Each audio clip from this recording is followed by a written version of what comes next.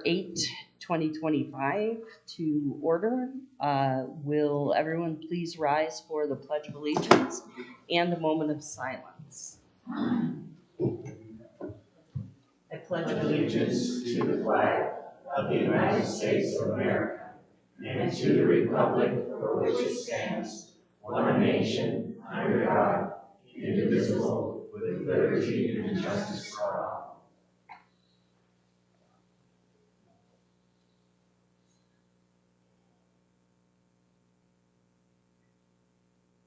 Thank you.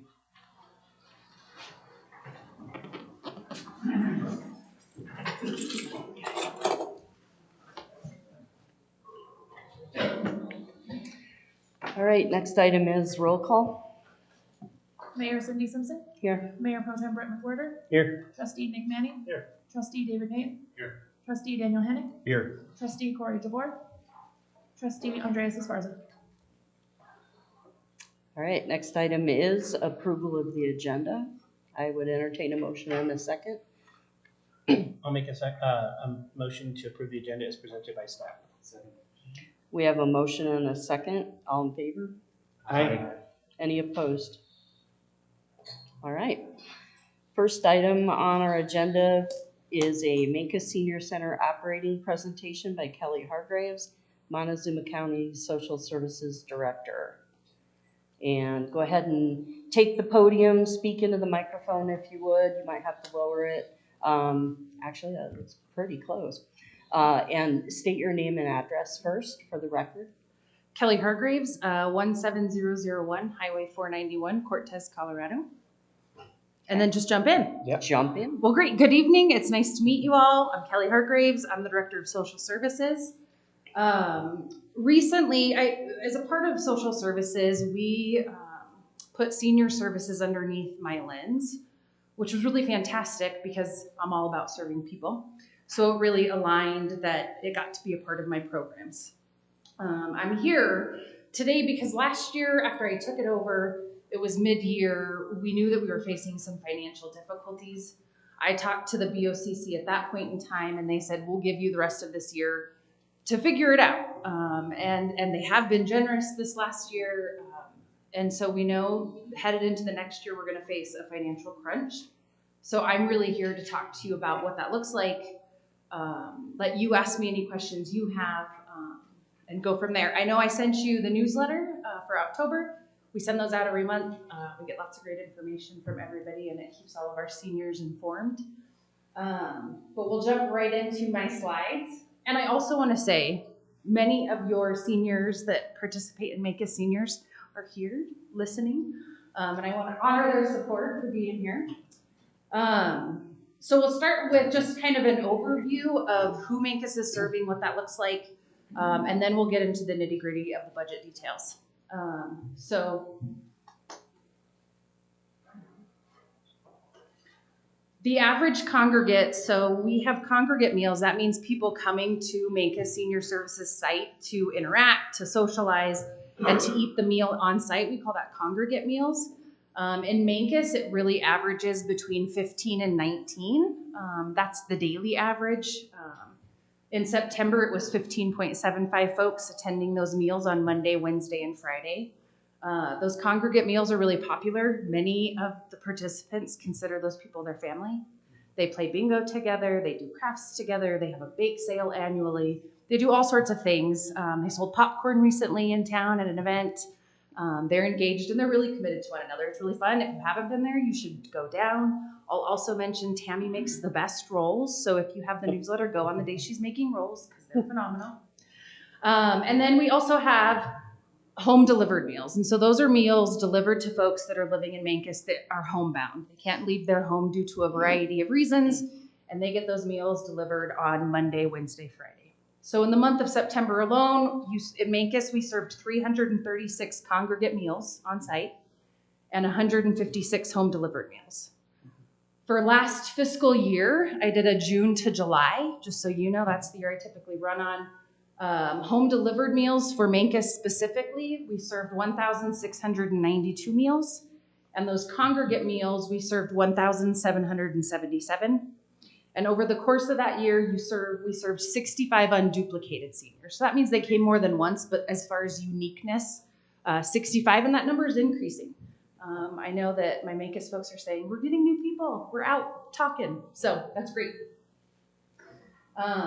Lots of really good services. They can also access services that we run through Cortez, like Medicaid, navigation support, different things. But then we'll jump into the budget. And so this is the overall budget. I wanted you to see what that looked like for all of senior services. Senior services has 3 locations. The primary location in Cortez, and then we have kind of like a satellite in Mancos and Dolores. And so this is the overall budget, and this is a bare bones budget. This is a budget I developed really doing as little extra as we could to make it work.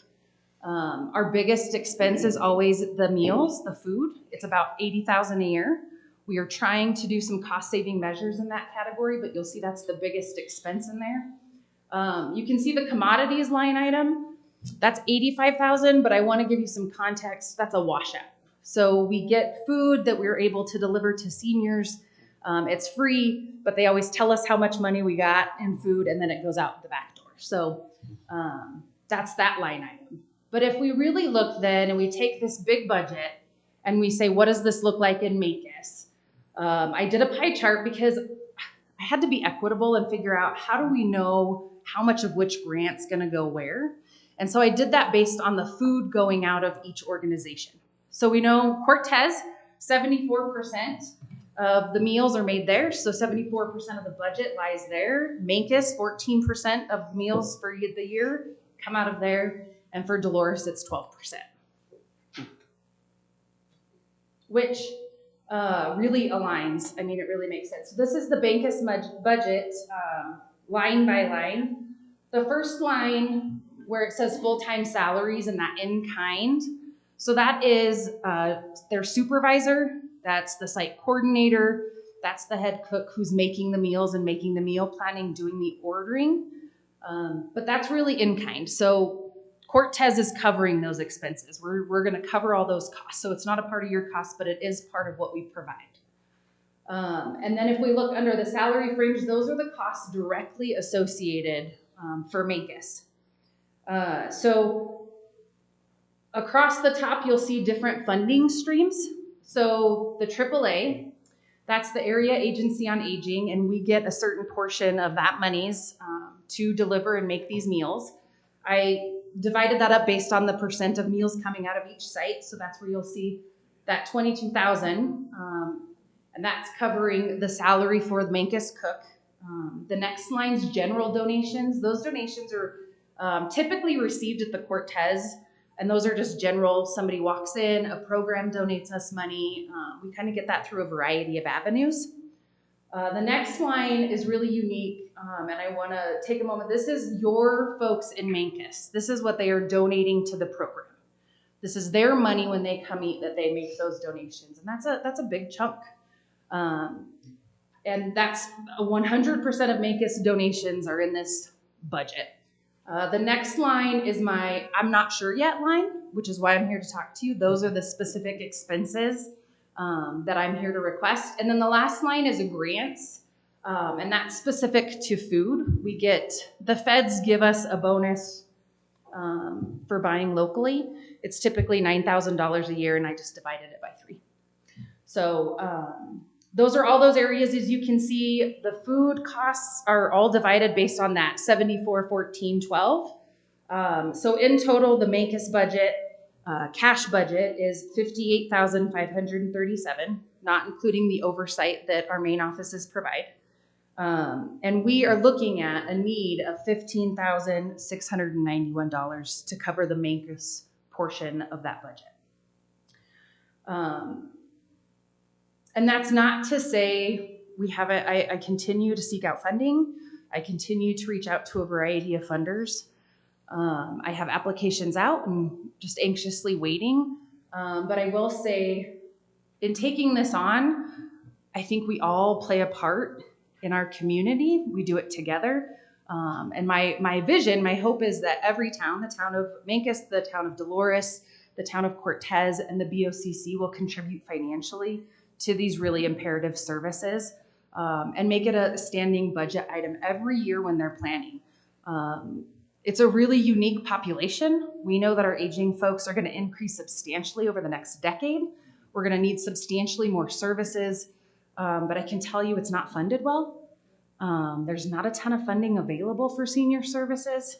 And it's really unfortunate because we fund so many other vulnerable populations really high. And I hope that we can see that shift and maybe our legislative committee can increase the money in the Old Age Act, right? And we can have some of those dollars flow down. But as it stands today and likely next year, we're running on the bare minimum. But we're all really, really committed to it. So I want to open the floor for you guys to ask me your questions. Any questions? I have a question. Yeah. How much currently does the Board of County Commissioners So give to this? So this last fiscal year, they gave us $50,000 to make it through. They provide in-kind services, IT support, some of those other functions that we have to have. And they allow us to use the annex rentals, which is all coordinated through Cortez. So any revenue from that, I put on the Cortez side. But this last fiscal year, they have contributed $50,000. My request to them has been $20,000. And in all transparency, I don't think I'm going to get that.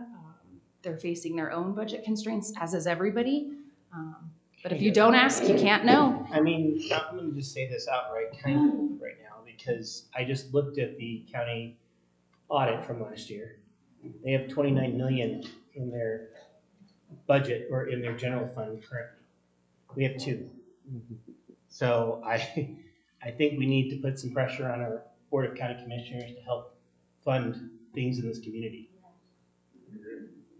Instead of just putting our money, all of our money collectively into a fund and not spending it. Sure. So I think that we'll try to do what we can, as much as we can as a town, but we really need to put the pressure on them. What about City of Cortez? What's that about moving forward? Yeah, so the city of Cortez has indicated that I can apply for their grant, and I will do so, and the max that you can receive is $5,000. I will be on the town of Dolores's meeting, just like this, on the 27th of this month, with a very similar request based on their budget expenses. Okay. Thanks. Yeah. Okay. Anything from staff? I have some information for you all when we talk about budget. Okay. Okay. So I do have some notes and information that you all have. Okay. Thank you. Yeah, thank you for your time, for your consideration. Your seniors are awesome. Just so you know, all of them, even the ones I haven't met, but, and I hear what you're saying, and I appreciate the transparency and the forthcoming. I think that's true, right? We have to hold that, and if nobody steps up, the reality is we'll have to cut. For me, the service main provision. thing is I'm tired of hearing from the county commissioners that they're in a budget shortfall and they're holding on to $29 million. So I'm just tired of hearing that at every meeting I have with them. And I really wish that they could see what this goes towards and that our tax dollars should go towards our citizens instead of sitting in an account. So it just pisses me off. I hear you, and I'll also say this budget exists, and I really want to take a moment. I was just thinking about it because I'm here, and there are so many volunteers in your community volunteering that drive to Durango, that pick up surplus food, that bring it to the Manka Senior Center site, and they do it every week, and they do it for free. All the people that are delivering those home delivered meals, and there's nothing, I always feel like the BOCC should be delivering those home delivered meals, and I can tell you when I do it, I feel so good. Like, we are doing really great things.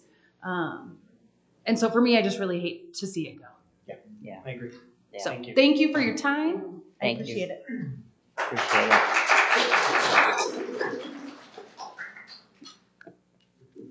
All right. Next item is audience business, and I have a quick little blurb to read. Senate Bill 24-131 prohibits firearms in public buildings with the exception of law enforcement. All people wishing to address the board shall do so from the podium provided in the boardroom, and all comments will be directed to the board. Public comments regarding items not on the agenda shall be limited to 5 minutes per person unless part of the formal presentation.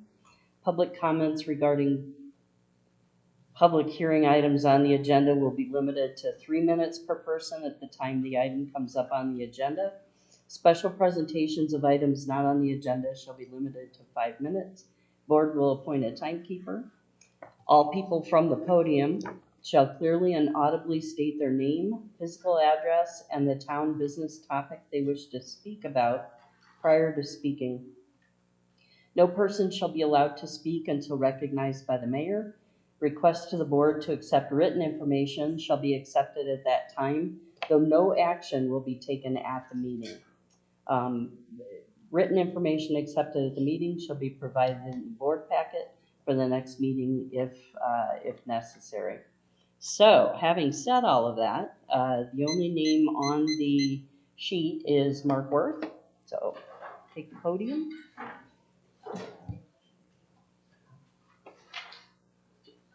Respected trustees and honorable mayor of the town of Mancos, I am Mark Worth, resident of 10750 Road 43, Mancos, Colorado.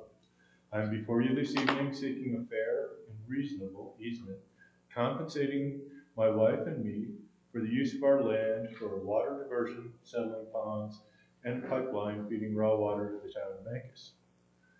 First, I would like to thank you for your email of August 18th of this year. The email was extremely helpful because it helped me better understand your current perspective. The email indicates that you believe the town is not breaching one of the terms of the 1960 Shepherd easement, since there appears to be a second tap.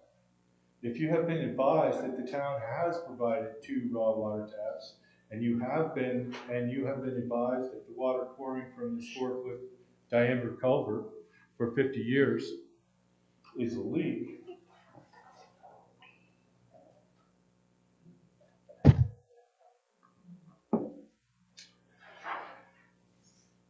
you might reasonably think that the town is complying with the terms of the agreement. I apologize for not explaining this clearly. I hope clarifying the number of raw water taps may change your perspective. I have seen the tap in the pipeline, and I am not making this stuff up.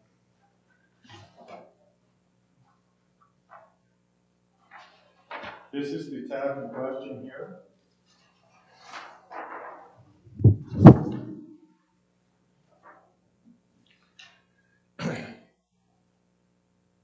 This photo is of the original curb stop, providing access to a valve tied to the original raw water pipeline. Here is a photo of that original raw water tap excavated. Fuzzy photo, sorry I don't have a better one for you. This is the pipeline here, or the tap coming in, and you can see where it's tapped into a cast iron pipeline.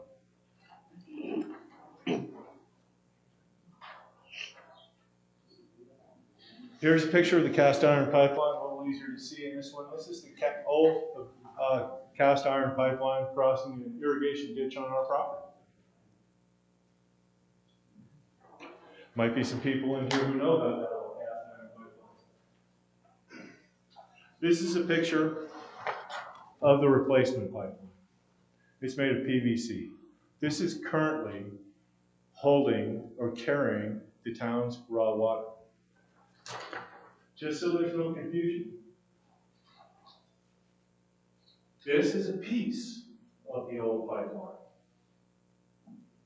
It is not carrying the town's water. That one's empty.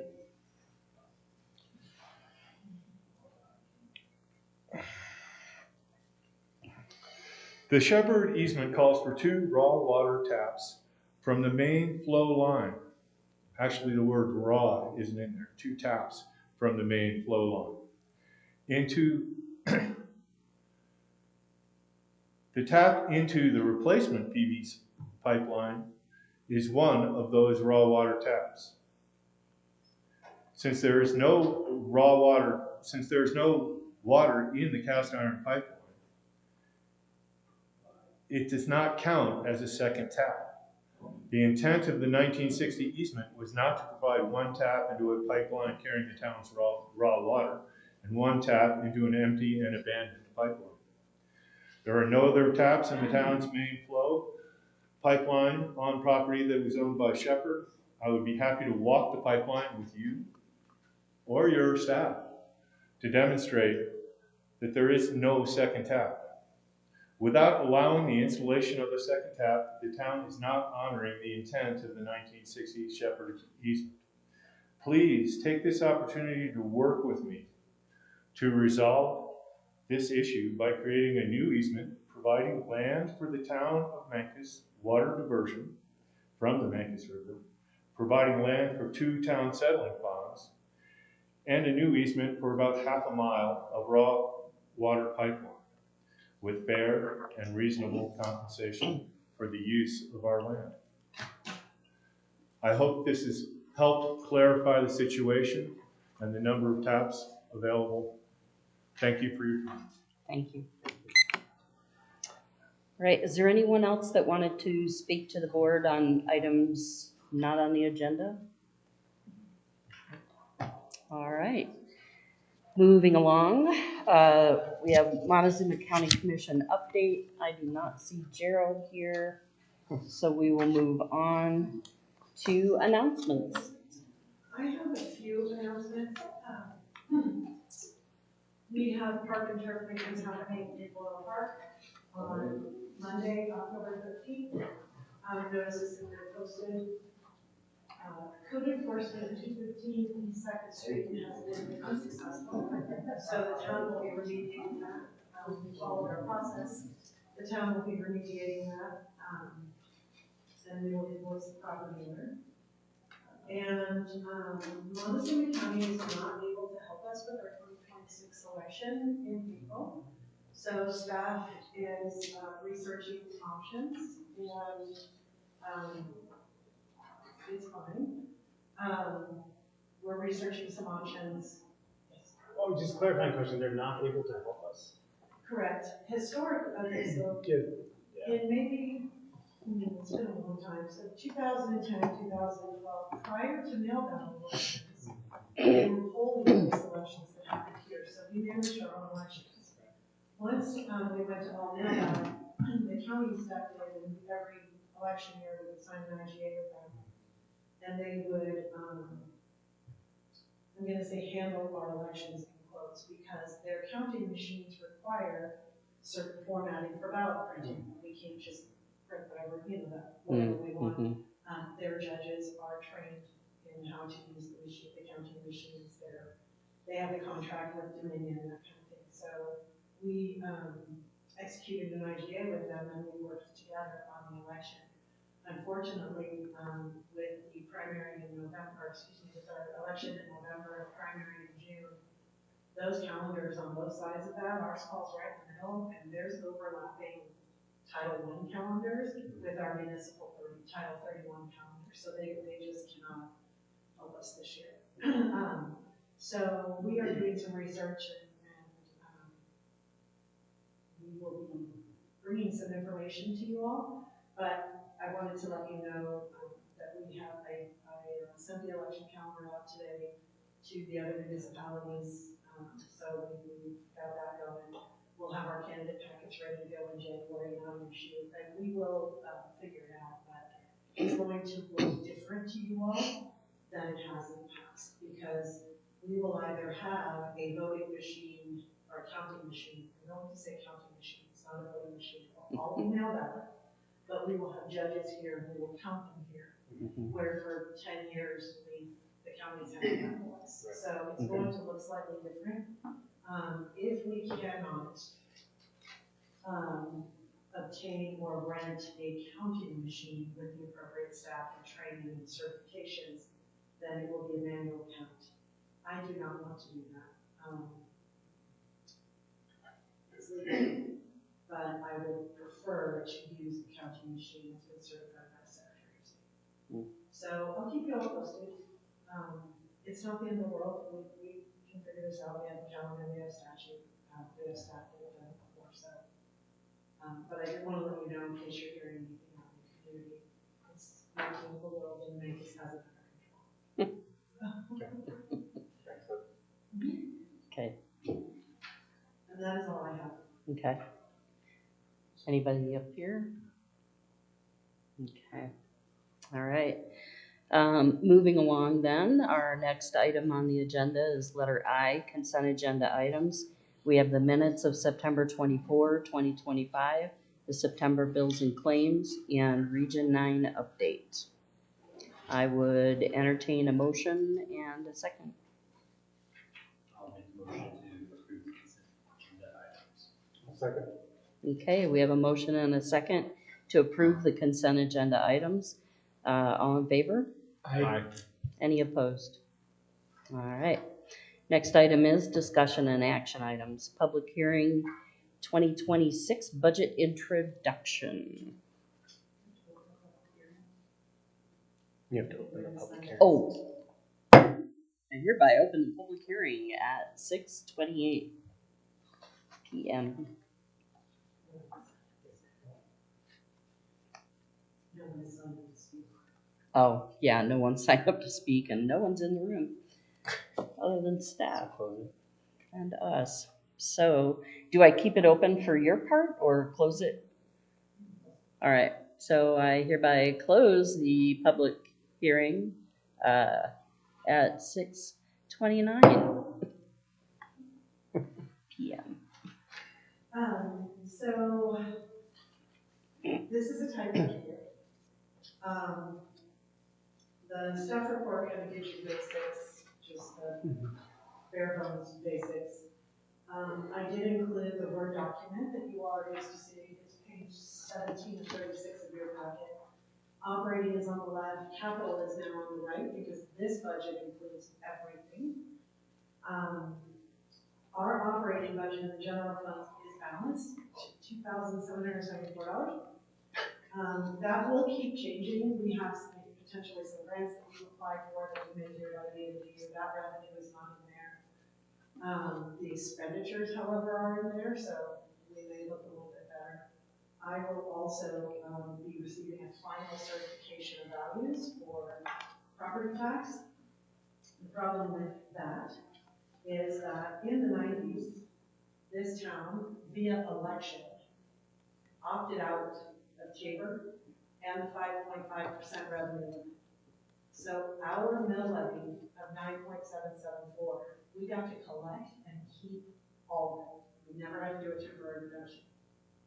The state last year, effective the 2025 taxes collected in 2026, passed new legislation reinstating a 5.25% limit on property tax revenue. So that limits what we can do.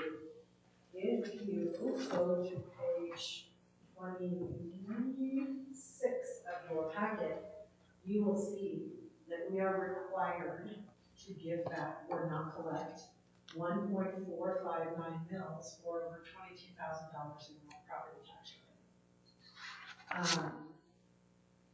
We can opt out of that with another election.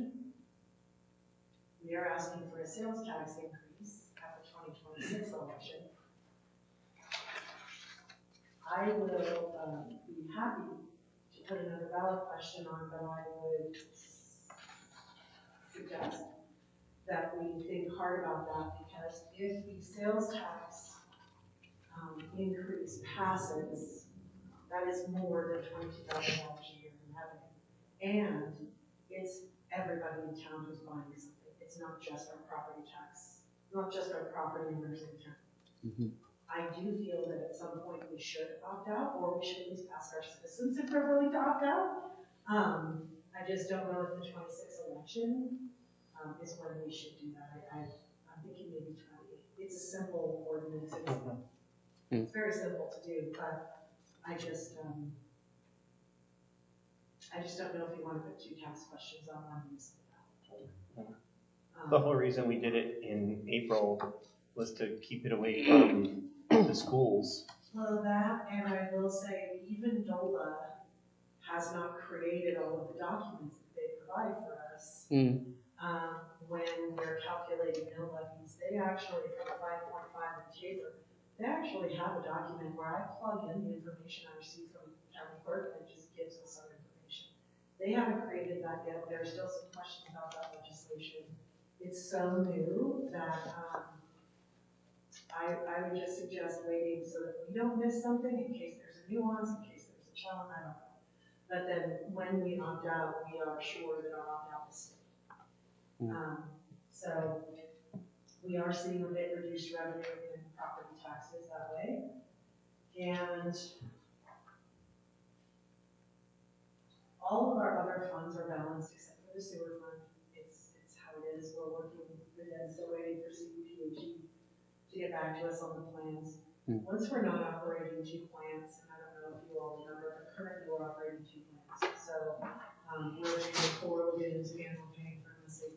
So it's just a matter of getting those headworks built and then trying to see if we can wean ourselves out of those things. The only revenue I included on capital was an already executed grant for the sewer plant, headworks upgrade. But I will say on page 18, I have provided you with some information. I still don't have mineral lease and severance tax information. However, what I will say is we should all just, everybody is budgeting nothing. Municipalities are budgeting zero for next year because I don't think the state is going to sweep it again to try to balance. We don't know that for sure, but that's what we're hearing. I don't see that changing, and that's also going to affect our grants, energy grants. Everything else is just kind of standard information for you all. We did remove the porta-johns from Royal Park to save $3,500 or $3,800 in the general fund. Just the marshal's office is now open Monday through Thursday from 8 to 5. So in the winter, that has a public restroom. So we removed those porta-johns, thinking people could use the marshal's office. And then I did, based on her request, in the event, you are not required to, but in the event that you were inclined to fund $15,000 max to make a senior center, I included that in the general fund budget. We tightened up some other stuff and included that. You are not required to do that, but I had no idea what your response would be, and I wanted to be able to answer questions. And if you all looked at me and said, hey, can we afford to do that? I wanted you to see what our budget looked like with that number. So I do need a little bit of feedback on that one at some point before we adopt. But other than that, we're doing what we can. 3% for staff next year. At this point, it is still Denver Boulder CPI is still 2.7. We'll check again and finalize that in December, but I don't see that changing significantly. So I think 3% for staff next year is what it is. But that's pretty much it. No real surprises. It's a tight year. But I will say your department heads have done an amazing job of controlling their expenses this year and understanding that it's time next year. The marshal's office offered, and we talked about it, and they agreed, and I so appreciate that, to put off the purchase of the vehicle next year. So if it becomes a necessity, we'll do a budget amendment. But going in, they've tightened their belt a lot. Public Works is also always very, very good about controlling their expenses and doing things and doing what needs to be done. So your staff has done an amazing job of keeping this balanced. All right. Thank you. David, comments, questions, concerns, opinion on the senior center request? I think I support the senior center request. It's just a little frustrating. The whole situation with the Tweed County. It's sounded like Cortez only does 4,000 to 5,000, and we're here at 15. Like, it's just frustrating. Mm-hmm. I don't really think else. Okay. Nick? No, I don't got anything else. I'm curious where the 29 million number came from.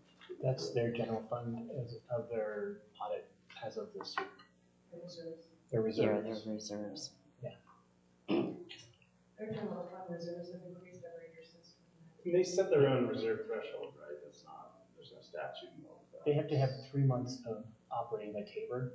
They have 3 years worth at the current funding levels. Do you remember what it was in 2019? Ballpark? We're at 29 mil now. What? I believe it's increased from $9 to $11 million between 2019 and now. I hope that's right. Their audits are on their website. Any idea on the rationale why Absolutely. they're stocking away so much money? No. If it's needed, or? I just looked at in 2023, I just looked at all of their audits. They did the same thing with their road and bridge fund too. They keep putting money in there and not spending it on the damn roads. I mean, I hate to beat a dead horse here, but good Lord, like, this is taxpayer money. It's supposed to be spent by the elected officials. They're hoarding money right now.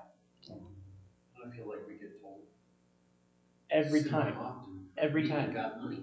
Every freaking time they talk, out of their mouth comes the words, well, we're in a budget shortfall now. Well, and you're It's not just, required to do 15,000. no, I think we need to because they're not doing anything. Yeah. I'm sorry, but if we can afford it in our budget and make move some money around to make it worthwhile, we have to take care of our citizens. And if we don't, we're going to have a bunch of hungry senior citizens in this town. I appreciate that it sounds like that 15,000 would stay here. Yes, Not Mm-hmm. just I did like that as well. Yeah. I do believe that County will spend Vegas money in Vegas. I also think that this is going to be in perpetuity request. This isn't just for this year. Right. Listening to him tonight. Yeah, and it's something that when they used to come for the small agency contributions in the past, they Yeah. were actually one of the ones that we had a hard time with because they aren't a nonprofit organization. So they didn't hit our standard that we have set. So I think that kind of precludes them anyways from coming to that. Mm-hmm. And we've always had this kind of in the back of at least I have in the back of my mind that this is eventually going to fall to the town. So we're here. Yeah. I hate to be like this, but this is now the second entity that's asking us for money. Mm-hmm. Yeah. And at some point we can't afford it, but it's just it's disappointing that we are at this stage. Daniel? Yeah, I'm just having trouble with the math there. I'm trying to understand what's going on and where this $15,000 shortfall comes from if they've got 29 million in the Here it general is. fund. I have your answer. I found it. What's that? 2019, their general fund was at 18 million. 18. Okay, They so went 11. up 2 million from the previous year. Yeah, so that just doesn't make sense to me how. In 2020, it only went up 46,000 because it was COVID. Mm. But then in 21, it was at 21, which is 3 million increase.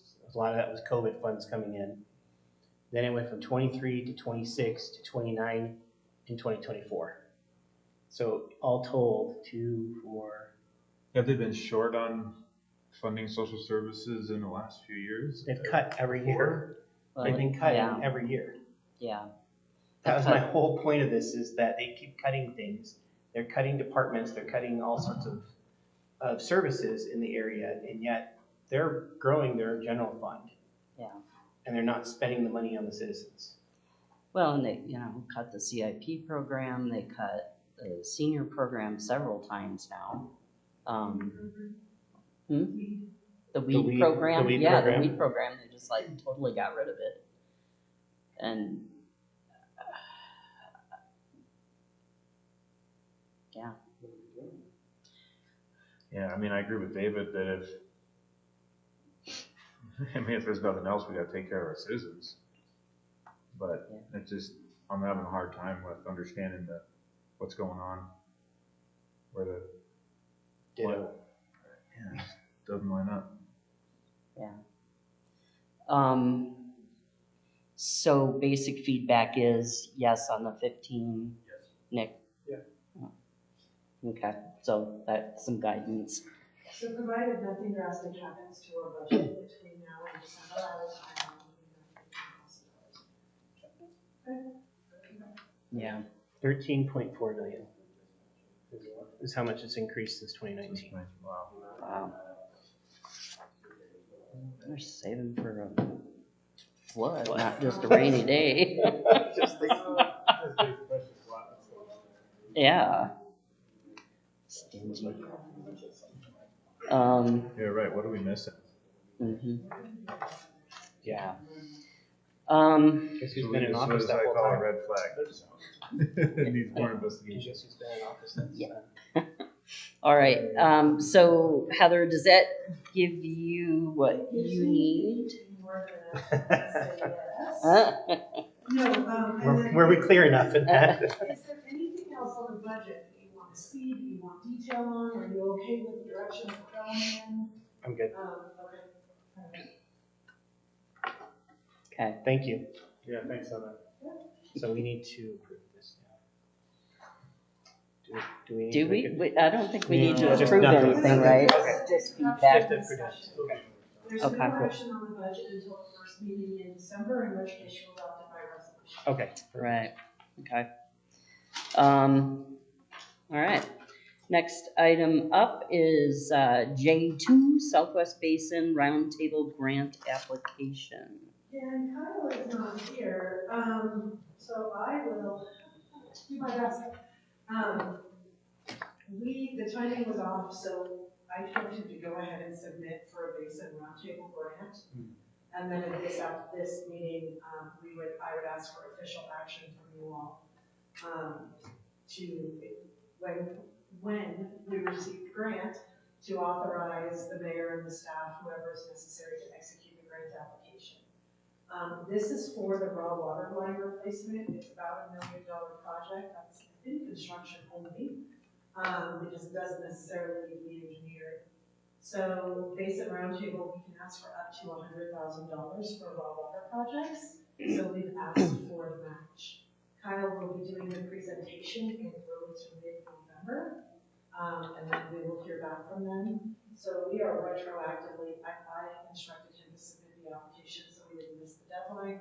And now what we're asking you here is to make a motion that says when we receive the grant, to authorize staff to execute the grant agreement. All right. Comments, Daniel? Questions? Seems pretty straightforward. All right. Brent? David?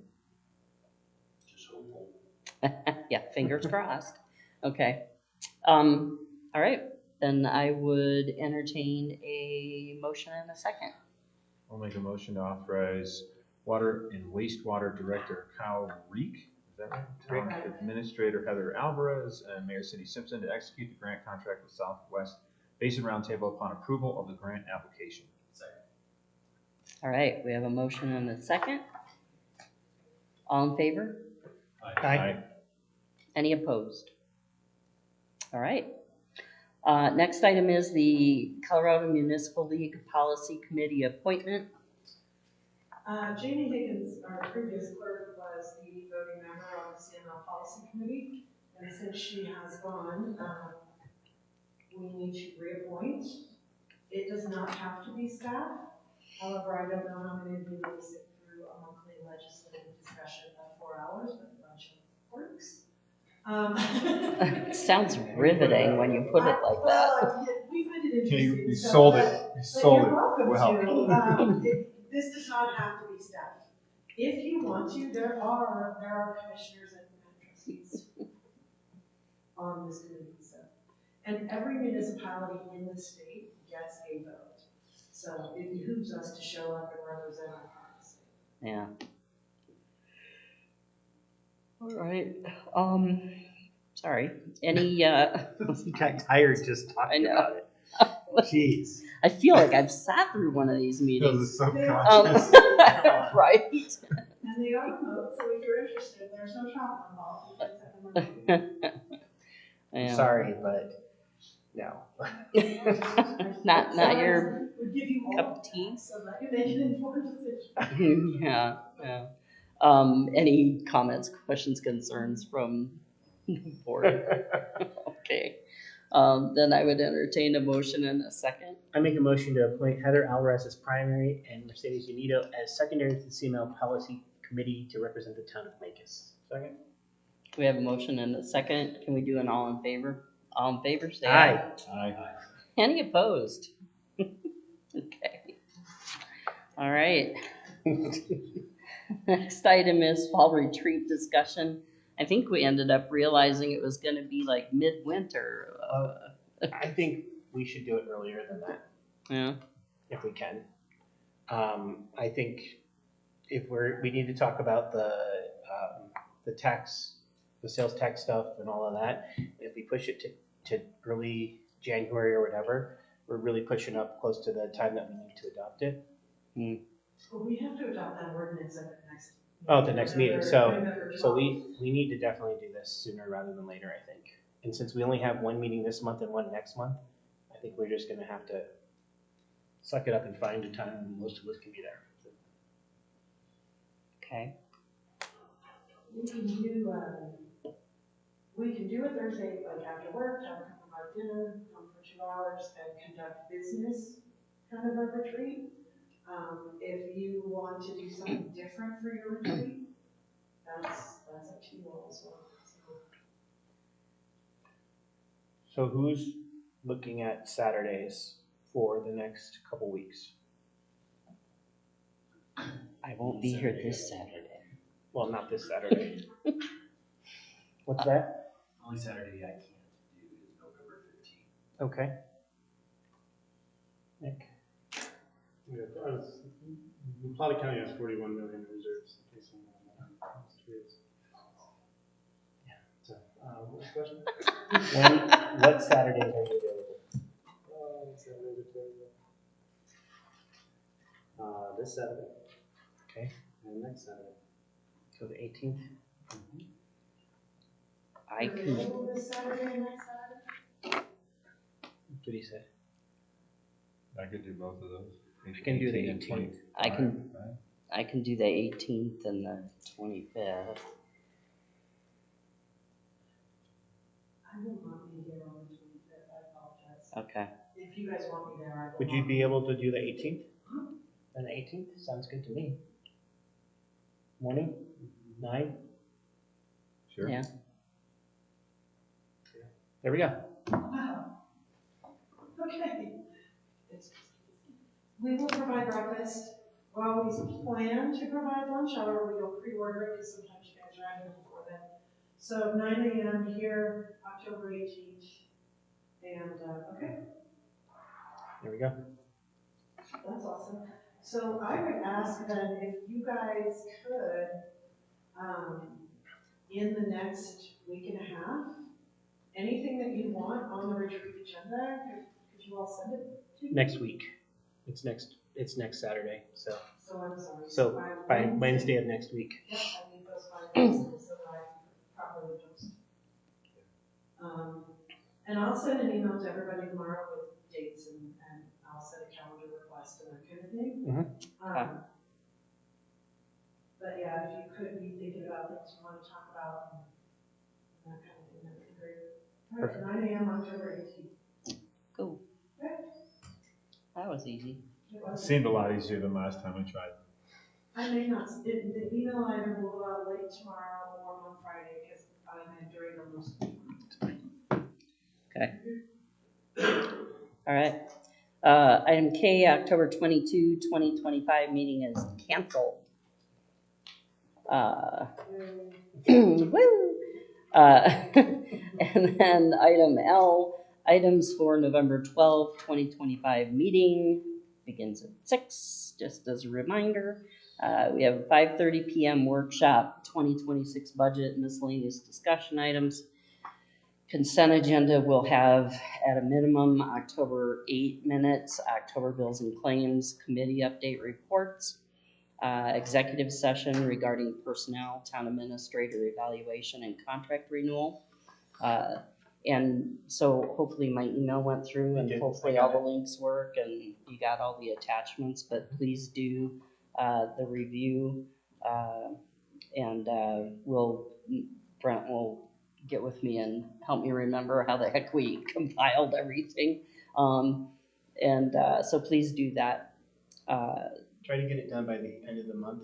Yeah. By the 31st of this month, so that we can have it all put together for that first meeting and for the packet. Well, not for the packet, but for her to have for that meeting, Yeah. for the executive session. Yeah. That's what I meant.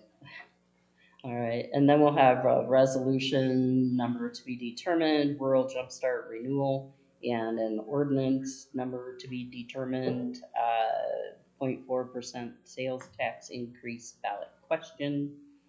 Anything else that we want to see on the agenda for November 12th? Yes. Do you want our town attorney and evaluation? I don't think we need to. You can reserve judgment if somebody ends up wanting something, just let me know, and then we should let David know. Yeah, if we see anything Traditionally, alarming. we don't. Traditionally, we don't, so Yeah. that's fine. Unless there's something. Okay. Yeah. All right. Hearing no other items for the agenda, I would entertain